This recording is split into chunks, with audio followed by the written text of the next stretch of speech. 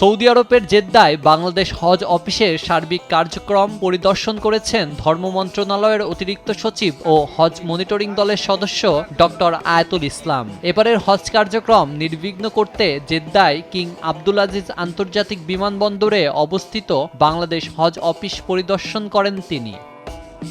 পরিদর্শনকালে তিনি হজযাত্রীদের লাগেজ ব্যবস্থাপনা ও যাতায়াত পরিবহন ব্যবস্থাও পর্যবেক্ষণ করেন। হজযাত্রীদের দুর্ভোগ কমাতে এবং সেবার মান বাড়াতে মাঠ পর্যায়ের কার্যক্রমে তিনি সন্তুষ্টি প্রকাশ করেছেন বলে জানিয়েছে স্থানীয় সূত্র।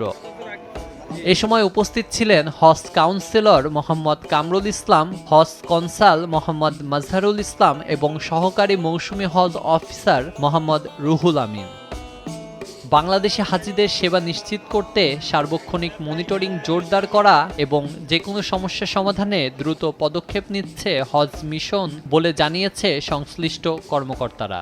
আমরা লাগেজ ম্যানেজমেন্ট দেখছি কিভাবে সুষ্ঠুভাবে লাগেজ ম্যানেজমেন্ট হচ্ছে এসপিএল এর মাধ্যমে, সার্ভিস প্রোভাইডার কোম্পানি, এবং হাজিদের রিসিভ করার জন্য আমাদের যে টিম এবং কর্মীরা রয়েছেন হজকর্মী, তাদের কিভাবে সুন্দরভাবে রিসিভ করা যায় এই বিষয়টা আমরা পর্যবেক্ষণ করছি এবং আমরা তাদেরকে টোটাল ব্যবস্থাকে আরও সহজ, সুন্দর, আকর্ষণীয় এবং সাবলীল করার জন্য আমরা বিভিন্ন পদক্ষেপ গ্রহণ করেছি। আমাদের মাননীয় মন্ত্রী মহোদয়ের নির্দেশনায় এবারের হজকে আরও সুন্দর এবং অন্যান্য বছরের তুলনায় আরও বেশি সহজ এবং আকর্ষণীয় করার জন্য আমরা সবাই মিলে কাজ করছি।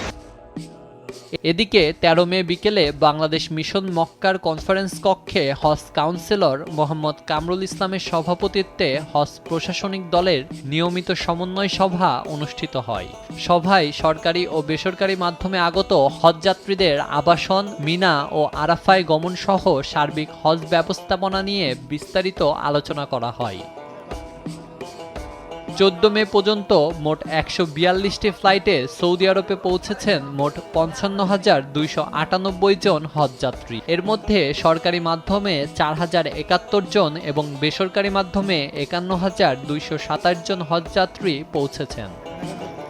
এছাড়া হজযাত্রীদের জন্য ২৭,১১৬টি চিকিৎসা সেবা কেন্দ্র এবং ১৬,০০২টি আইটি হেল্প ডেস্ক চালু রয়েছে। সৌদি আরবে এখন পর্যন্ত ১৪ জন বাংলাদেশি হজযাত্রীর মৃত্যু হয়েছে। এর মধ্যে পুরুষ ১০ জন এবং নারী ৪ জন। নিউজ ডেস্ক, দেশ টিভি।